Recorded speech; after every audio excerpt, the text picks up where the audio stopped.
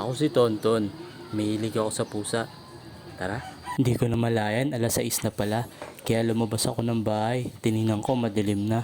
Kawawa naman yung motor ko. Naputika na naman. Siya nga pala, papakita ko nga pala sa inyo si Tom. Oops, hindi yan ukay ah. Mga damit namin yan. Pero puro ukay lang. Yan nga pala si Tom, tropa.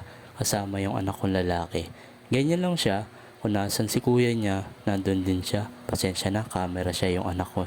Ito nga pala yung terrace namin. Dito ako madalas tumambay. Dito rin ako nag-e-edit ng mga videos ko.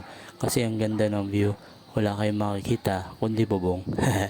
Joke lang. Kinuha ko nga pala si Tom para ma-videohan natin. Yan nga pala yung taihan ni Tom. Yan yung kinukwento ko sa inyo. Nataihan niya na kung saan nung maliit pa siya, tinuruan na namin siya. Antukin din pala yan. Kain tulog lang. Tapos tatambay dyan sa terrace, magpapahangin.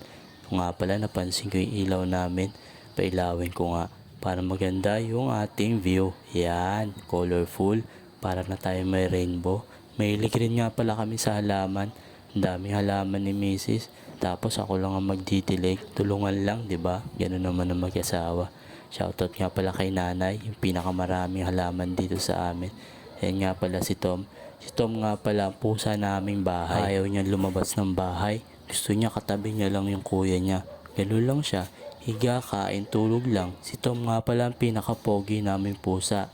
Alam niya rin pag vinivideoan siya. Lalo siya magpapakute. Tingnan niyo tropa. Lalapit ko yung camera. Magbe-beautiful eyes pa yan. Tapos kunwari hindi niya alam. Si Tom nga pala ay isang British Shorthair. Kung di nyo pa napapanood yung mga nakaraang videos ko. Yun lang, naikwento ko lang. Yan si Tom.